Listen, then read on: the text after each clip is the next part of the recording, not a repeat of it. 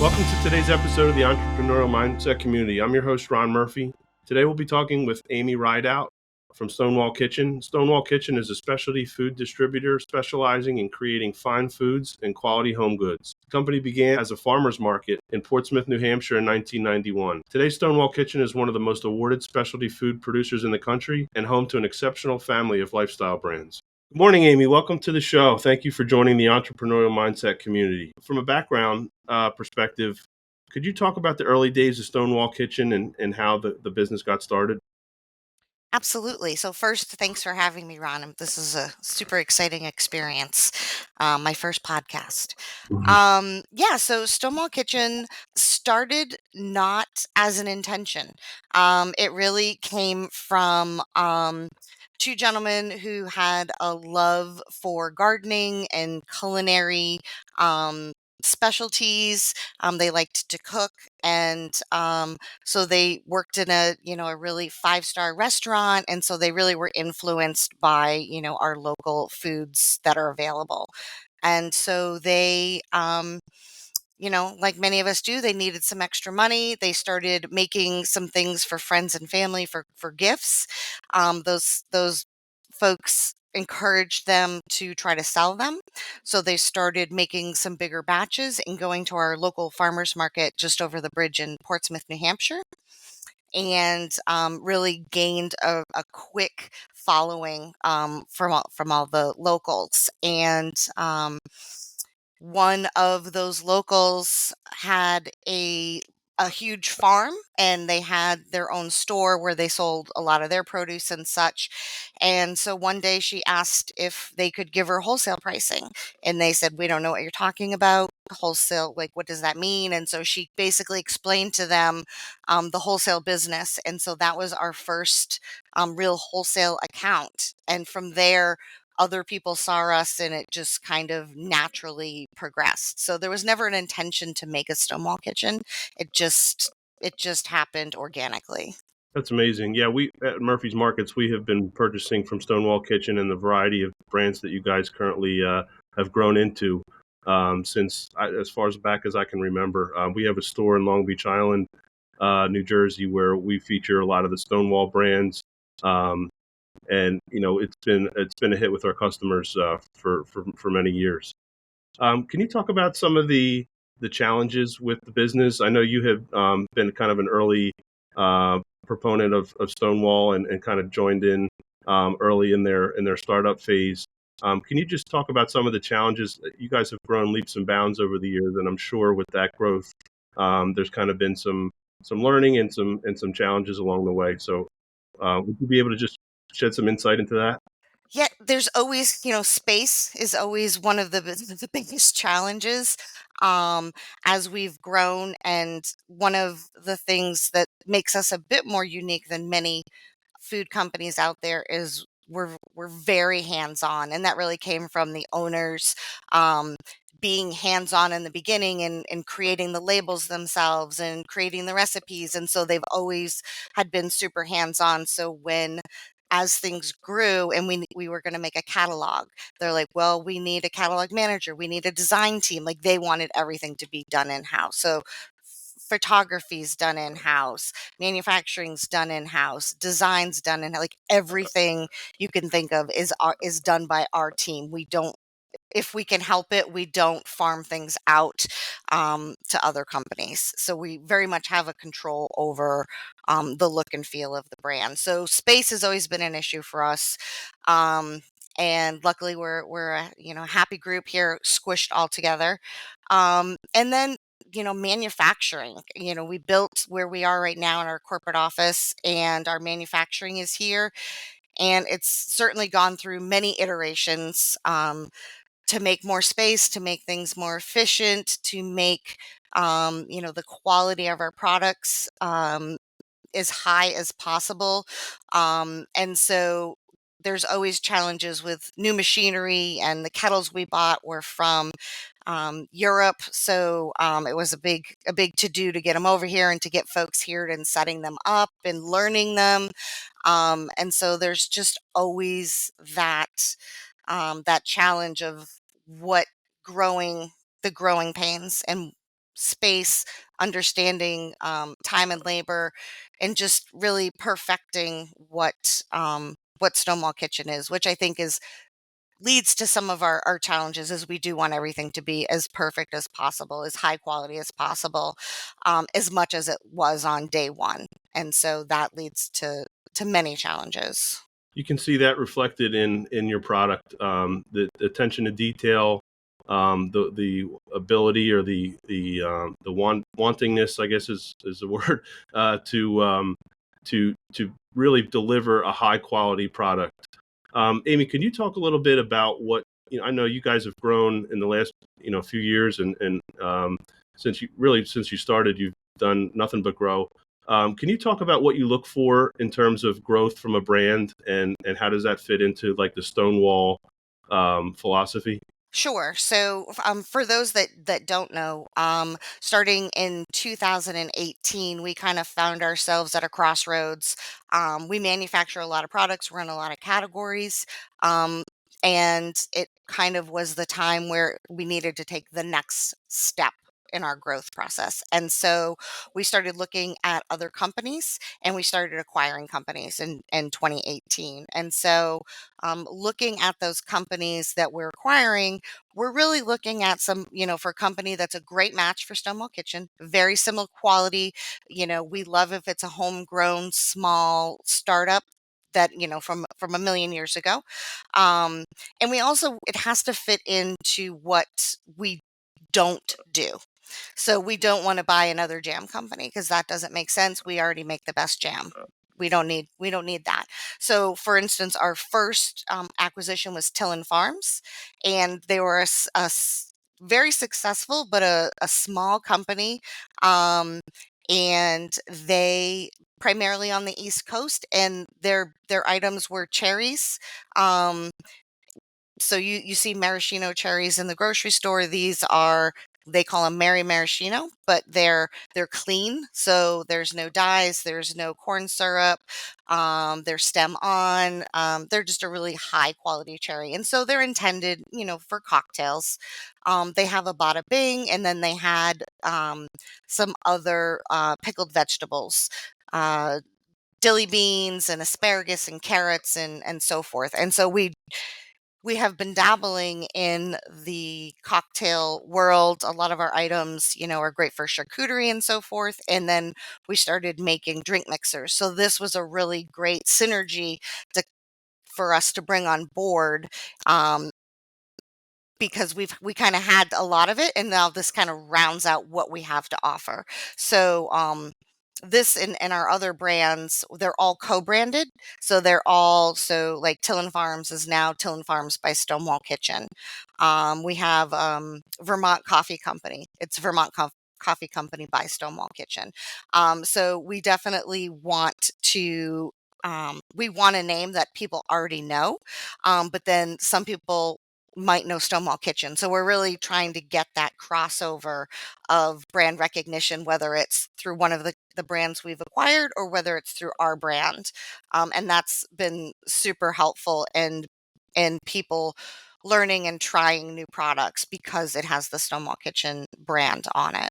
That's very interesting. One of the things that we kind of discussed the other day was about your specific path through Stonewall, and how you got started with Stonewall, and kind of how you've kind of grown with the company as it has grown. Can you kind of talk about that? A lot of our target audience is up and coming food entrepreneurs, or people that want to get into the food business, and we kind of gain inspiration from other food entrepreneurs and some of their stories. So if you don't mind sharing, I think our audience would really get a lot from it. I lived in the next town over. We're in Maine, so it's pretty small towns. And a friend of mine was working at Stonewall Kitchen, and I was not loving the job I was in. It was my first job out of college, and it was okay. And, she said, "Oh, this company's really cool. You should check it out." And so I did, and they actually hired me seasonally. which was to the dismay of my parents that I quit my full-time job with benefits to take a seasonal job for a company that nobody's really heard of. Um, but it was a good faith, and I said, they're going to keep me. So basically, um, they kept me on. And in those days, there was maybe 3 or 4 of us, and we kinda just did whatever needed to be done. We answered the phone. We might be out, giving directions to our retail store, telling people what products we have, sending them a catalog. You just never knew what it was that people were going to need, and we just helped them. And then as we grew, we were able to break out into actual departments. So we have our catalog department, which is answering our 800 number. So people can ask questions, they can place orders, just individuals. A lot of that obviously has morphed over to the internet, but we still have lots of people that like to call and talk to our great staff. And then we had our wholesale department, and that was handling accounts like yours, Ron. And we talked about Haddon House back in the day in New Jersey. So those were accounts that we were selling to and setting up. And so I worked in customer service for the retail side. I ran our call center, um, and just kind of embraced what that had to offer. Um, and then I moved over to wholesale and managed, a territory. I kind of had the Midwest. And then, as we grew, you kind of gained more territory and some bigger accounts. And so we went to Fancy Food Show, we went to other shows to get our product out there, regional trade shows. And so that was really a great experience for me. Um, and then we grew. And then we were breaking out from our corporate office here, and we were going to need to move our distribution center off campus. Um, and from a sales perspective, I had seen things from both our retail um, vantage point and our wholesale vantage point. And in my opinion, there was a disconnect when us sales folks got off the call and what then happened to orders. And so there just wasn't the same understanding of, um, things, critical time. We say 3 to 5 days. You can't just organize orders, however you see fit. There was always this kind of them and us.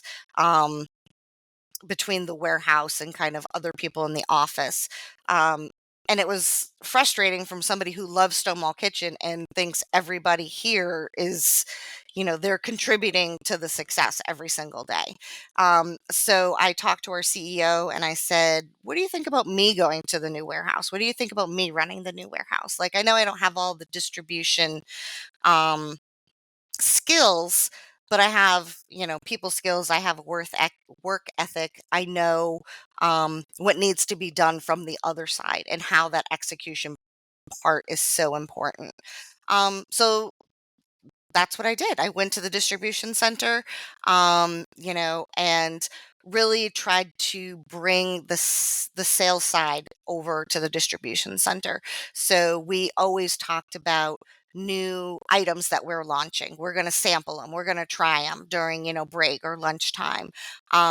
People obviously are always going to complain and, well, why do we have to do this? Why do we have to put price tags on for Macy's? This is ridiculous. And so to make them understand, like, we're actually, there's, a charge for that. Oh, there is. And, this creates this business. And to really get them to buy into why we do some of these things, why we make some of the decisions that we make. We also always shared, um, if we're in a, Martha Stewart catalog or if we're in LL Bean, and we'd always kind of bring all that to the forefront. So we really wanted to get the distribution side to really embrace Stonewall Kitchen and who we are and have the same um, energy and excitement about packing those orders as we had selling those items. And so, when it came to retail, we would try to give examples that made sense to people. We would have rules like don't make the box heavier than 40 pounds. And okay, whatever. Like, I don't know what that is. I don't know what that means. Well, then you say, what if your grandmother ordered this and UPS shows up on her doorstep? Is she going to be able to get this box off her doorstep? Oh, yeah, I see. Like, those are real people that are getting this product. There's real people who want it to look pretty and not be broken and make sure, that pack list is folded nicely. Um, so it really just came down to making sure that from the beginning to the end, the customer's getting the best service out of Stonewall Kitchen. And then after I felt like I kind of handled what I wanted to handle there, and I really wanted to get back in the sales world, and there was an opportunity, and so I moved back to wholesale, and now I manage some of our biggest accounts with KeHE and UNFI, and other local smaller distributors. So yeah, it's kind of come full circle. A couple insights from an entrepreneur standpoint that you talked about that's kind of a common theme with some of our guests that we've had so far. You took a chance. You went to the CEO and you said, listen, I think I have a skill set and I may not, be able to, I may not have the experience yet, but I think I can work hard and I have the work ethic to do it. That you also talked about thinking about what your customer's experience would be and kind of personalizing it that way. I think, and the other part too, you start a job or people like to think of your job title as being kind of one dimensional or this is what I do every day. But, you know, in a growing company in the food business in particular, there's no real job title that is the same thing day in and day out. You like to have an idea of this is what my normal day is, but then by like 9 o'clock, 8:30 in the morning, that can completely change. So I think that's a great insight for some of our audience to really kind of understand what kind of goes into being an entrepreneur in the true sense of the word is you've got to be able to adjust on the fly. You got to be able to kind of roll with it. And, when you see opportunities come, like you did, kind of, be able to, have the confidence to kind of raise your hand and say, hey, listen, I think I can do that opportunity. And that's great. I'm really excited to hear that. In terms of like growth plans for Stonewall Kitchen, can you talk about future growth plans and kind of what you guys are looking for in the next couple of years? Yeah, so we've had a busy past few years. So we are kind of at status quo right now. We have 7 brands under our family of brands, and a couple of those came pretty quick together. Um, so we're still in one of them, Michelle Design Works, is in a category that we hadn't really fully been in. It's a more of a health and beauty, but it also has a very gift component to it as well. And so there's been a lot of growing pains in understanding how to manage that business. It's very different than many of our other brands. And so we've really been trying to dial in how we integrate that with Stonewall Kitchen, with some of the other brands. Does it integrate with all the brands? So I foresee that we'll continue to dial things in to make sure that we are doing the best by our customers. We've been working on putting together what we call one order, one shipment, one invoice. Because we've had some of our products have been in other warehouses as we acquired them, we've brought them in house. Um, and then, of course, you can now get 7 brands in one shipment. So it's almost like going to a small distributor. You're able to get coffee and candles and jam and grill sauces and um, cocktail accoutrements and pasta and oils. And so it really can be a one-stop shop for a lot of folks, and that is appealing. One, they know our portfolio items are quality, so they don't have to think and look for other brands that are going to complement what they have in their store. And so we're making sure that that experience is super helpful for our customers. And I also think from a sales perspective, we're still growing and learning how we we manage all of these brands as sales folks. And so I think we continue to refine things from a marketing perspective, from a tools perspective, and making sure that everybody can do their job efficiently. It's been very hectic, and of course we've done everything we needed to do. Was it the prettiest? It certainly was not. Um, so I think we're going to continue to dial in, make things more efficient, and make sure that we're doing the right things, that we're setting the right tone, that we are presenting the right items to the right people at the right time. And at this point, it's sometimes it's making those decisions. We have so many brands. There's all of these product reviews. We can't submit for all of them. It's expensive to get into many, many retailers. So you really kind of have to make those decisions.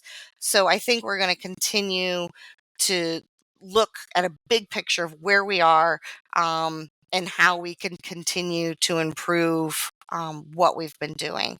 I, I don't know. Somebody might say we're looking at other acquisitions. I sure hope we're not, but I think we're in at least another year or so of learning and being the best we can be. The title for the podcast is like mindset. And I don't know if, it's kind of vague, but like, how does Stonewall's kind of go to market mindset changed since the beginning of when you guys first started? So we've definitely changed with our mindset for go to market.